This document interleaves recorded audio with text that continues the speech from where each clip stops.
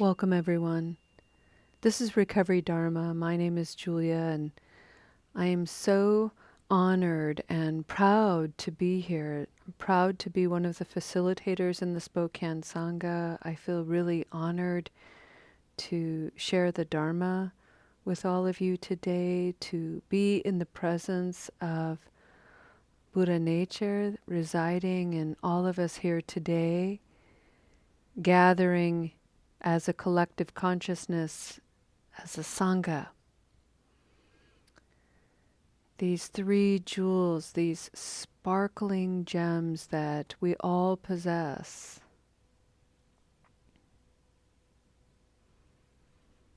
as little touchstones to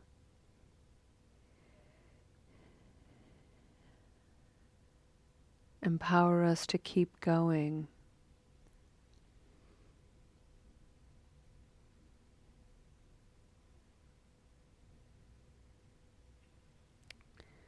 Navigating the eight worldly winds, these pairs of opposites that create such affliction in the mind and in the heart. And for me personally, it's a bit of dissonance that I experience where I know I don't need to take the blame very seriously, but feeling blamed feels icky. So I don't feel okay, even though I know I am. And that dissonance takes some effort to resolve. And the effort is truly nothing more than just being with it, looking at, oh yeah, there's my mind. I'm getting blamed right now. Okay, that's happening. I know that. And I can see the conditions of it, and I'm okay. And wow, this feels icky and prickly and sour. And that doesn't feel good. So I'm just going to sit with it.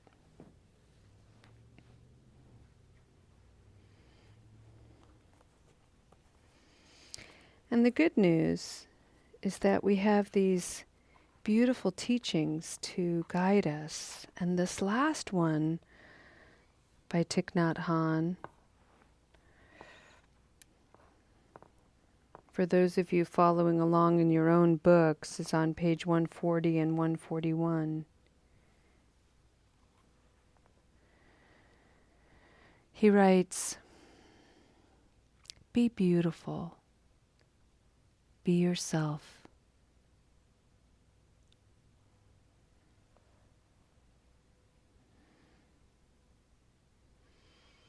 He says, you don't have to run anywhere to become someone else. You are wonderful, just as you are.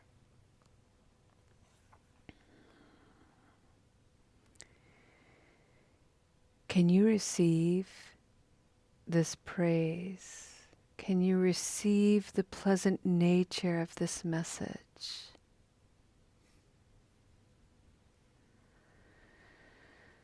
Can you receive this compliment as a gift? Can you receive this encouragement as a note of empowerment, something that taps into your own innate wisdom? Can you receive it in such a way that it strengthens you and humbles you such that when the inevitable opposite, the inevitable pain, the inevitable blame, the inevitable losses come along, can you remain okay? Can you remain beautiful and yourself?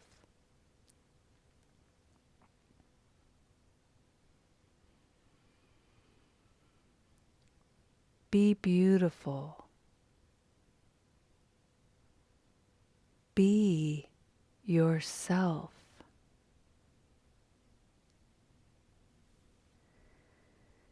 You don't have to run anywhere. You don't have to become anyone.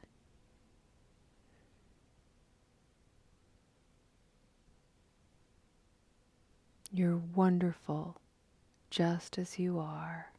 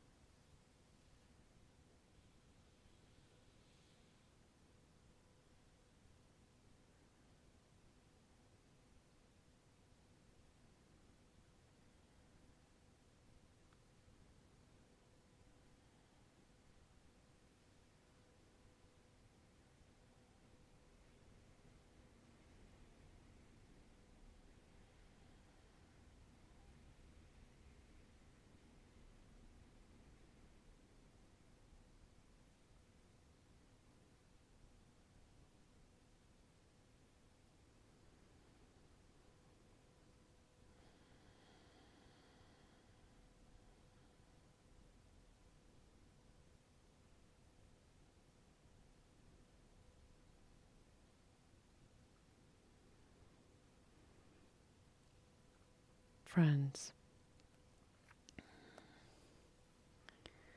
when I first started practicing these very simple teachings by Thich Nhat Hanh, I had all kinds of resistance. Be beautiful, be myself. Ugh, what if I didn't feel beautiful?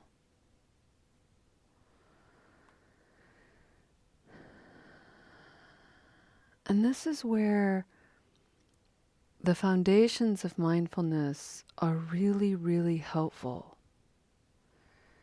These 4 words, be beautiful, be yourself, they're so simple. They're so simple, they're almost easy to dismiss. And that's what makes them so profound, is they're not easy to dismiss. They penetrate deeply. Because something about the simplicity of this message awakens an awareness that may have been asleep. And now that it's awake, it's asking for attention and care. But we may not know how to offer ourselves that attention and care. So habit energy steps in and we easily dismiss it, or we turn away, or we ignore the discomfort, or whatever it is. And the foundations of mindfulness are like anchor points, 4 anchor points that can keep us upright. We can step into the body. Be beautiful. Be yourself. And just take a gander at your body, not from a materialistic point of view, but just from the miracle of having a human body with its health or its decline. The fact that the human body is so fragile, and yet if you have health, it is so amazing. The way the body has been healing despite maybe years of abuse and neglect.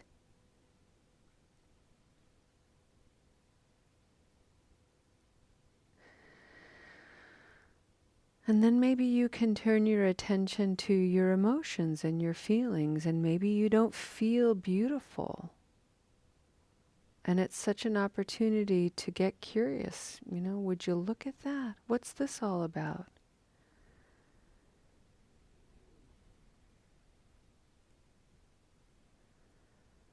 And maybe my feelings are worth questioning, are worth doubting. Maybe they're not as true and fixed as I have empowered them to be. Same with my thoughts, the third foundation of mindfulness. Venerable Chodron up at Sravasti Abbey loves to remind people, don't believe everything you think.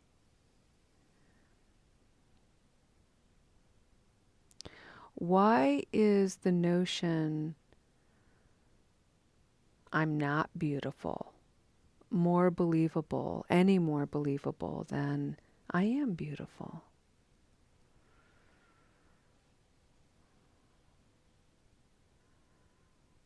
Take a look at those thoughts, and maybe they've been supported by a story, a perception that you've adopted along the way that might not even be yours. It could be a legacy, some chorus from your ancestors that's rattling in your marrow, coming alive, and maybe you're the source that heals that refrain.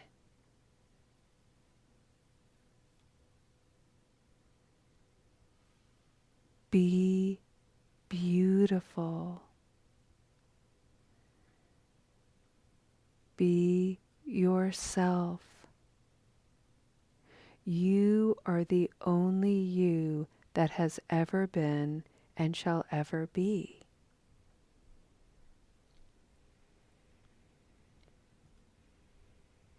You, each of you, and me too, are an extension of the divine imagination, able to contemplate itself. It's an extraordinary thing.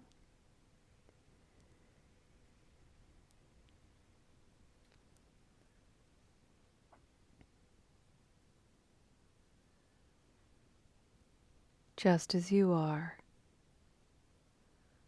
wonderful, extraordinary, one of a kind, rare, miraculous.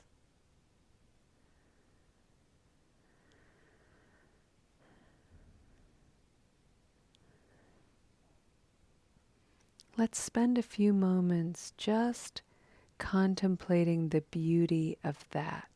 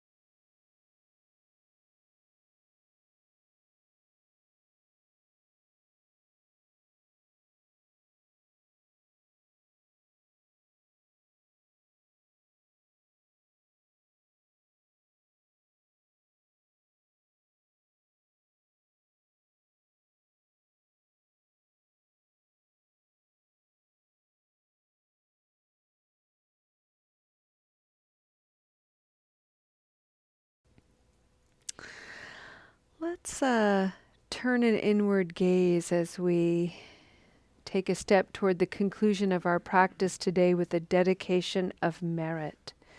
For anybody new to a Buddhist practice, one of the things that we do is this recognition that giving and receiving are cyclical, they're seamless, they're constant. So everything that I receive for my own healing and transformation, I can give back out into the world. Likewise, any trauma, any negativity that I have received, I do have the propensity to give that back out into the world. And so these practices, particularly when it comes to the negative, I'm receiving this negative activity, this negative thought, this negative reactivity. I'm taking that in.